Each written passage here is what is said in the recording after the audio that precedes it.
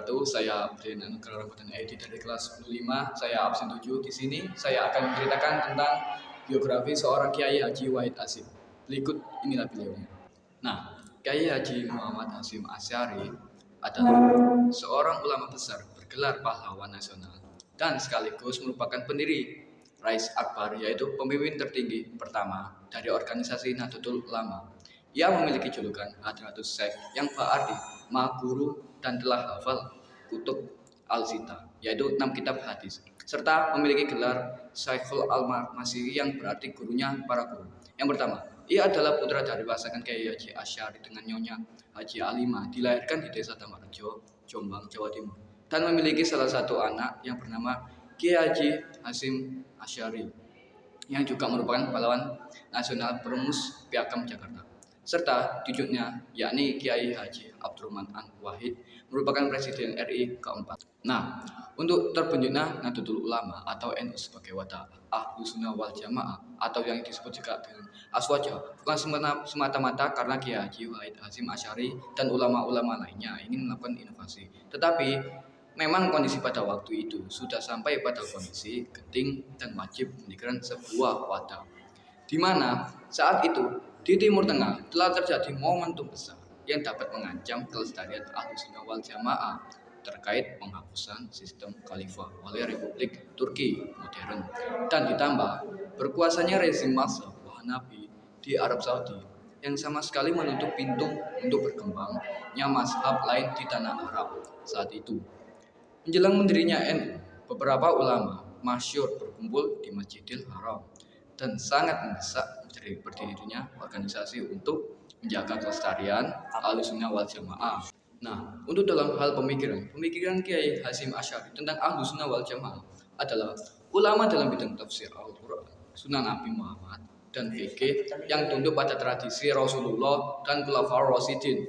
Selanjutnya, beliau yang menyatakan bahwa sampai sekarang ulama tersebut termasuk mereka yang mengikuti mazhab Imam Abu Hanafi, Imam Maliki, Imam Syafi'i, dan Imam Hambali. Pemikiran inilah yang diterapkan oleh Jamiah Nahdlatul Ulama yang menyatakan sebagai pengikut, penjaga, pelestari, dan penyebar paham Ahlussunnah wal Jamaah.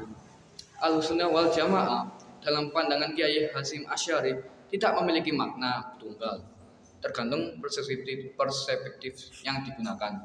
Paling tidak terdapat 2 perspektif yang digunakan untuk mendefinisikan Ahlussunnah wal Jamaah, yaitu yang pertama teologi dan fikih.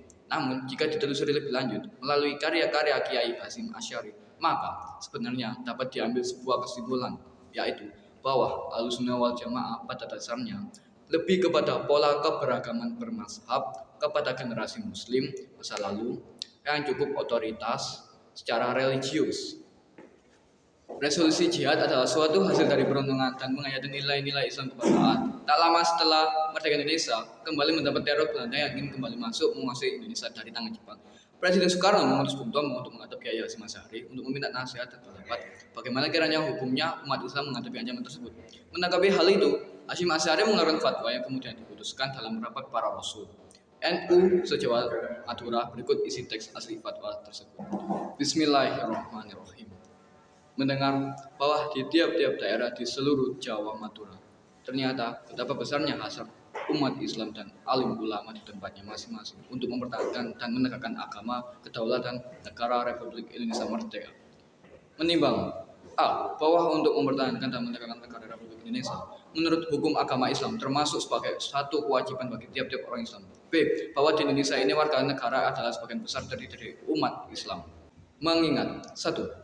Bahwa oleh pihak Belanda, Niga, dan Jepang dan datang dan berada di sini setelah banyak sekali dijalani kejahatan dan kecaman dan mengganggu ketertiban umum. 2. Bahwa semua yang dilakukan oleh mereka itu maksud melanggar kedaulatan negara Republik Indonesia dan agama dan beberapa banyak jiwa manusia. Yang ketiga, bahwa pertempuran itu sebagian besar telah dilakukan oleh umat Islam yang merasa wajib menurut hukum agama untuk mempertahankan kemerdekaan negara dan agama. 4. Bahwa di dalam menghadapi kejadian-kejadian itu, pemerintah Republik Indonesia sesuai dengan kejadian. Nah, ada pula dari beberapa karya dari beliau, yaitu dari Risalah Ahlussunnah wal Jamaah. yaitu fi hadisil mauta wal asaratisi wa bayaniu mahfusunna wal bi'diyah, yaitu paradigma Ahlussunnah wal Jamaah, pembahasan tentang orang-orang mati, tanda-tanda zaman, penjelasan sunnah, dan bid'ah. Yaitu yang kedua, Muqaddimah al-Qanun al-Asasi lil Jami'ah Nahdlatul Ulama, yaitu anggaran dasar organisasi Nahdlatul Ulama. Yang ketiga, Risalah fi Taqidul Akhzibil Mazibil Amitul Arba'ah, yaitu risalah untuk memperkuat pegangan atas mazhab 4. Yang keempat, Arbani ita hadisin ta'laqul bi mabadi jami'an Nahdlatul Ulama, yaitu abadul alim wal mutafi maya tadi itu alalillahi mufi makami tahlilah, yaitu etika pengajar dan pelajar dalam hal-hal yang perlu diperhatikan oleh pelajar selama belajar. Nah, setelah itu Kiai Hasim wafat pada tanggal 25 Juli 1947 Masehi atau 7 Ramadan 1366 Hijriah. Saat itu Kiai Hasim menerima kedatangan utusan Panglima Besar Jenderal Sudirman dan Bung Tomo yang hendak mengabarkan keadaan negara. Setelah terjadinya agresi militer 1 pada 21 Juli, Kiai Hasim kaget sebab mendengar cerita dari utusan tersebut bahwa Singosari telah direbut oleh Jenderal Spoor. Mendengar kabar itu, Kiai Hasim sangat kaget hingga beliau jatuh pingsan. Sempat didatangkan dokter, namun nyawanya tak bisa diselamatkan lagi. Ia dimakamkan di komplek Pondok Pesantren Tebu Ireng di Jombang. Tadi dari segenap biografi dari Kiai Hasim Asy'ari. Mohon maaf bila ada salah kata. Wassalamualaikum warahmatullahi wabarakatuh. Bye bye.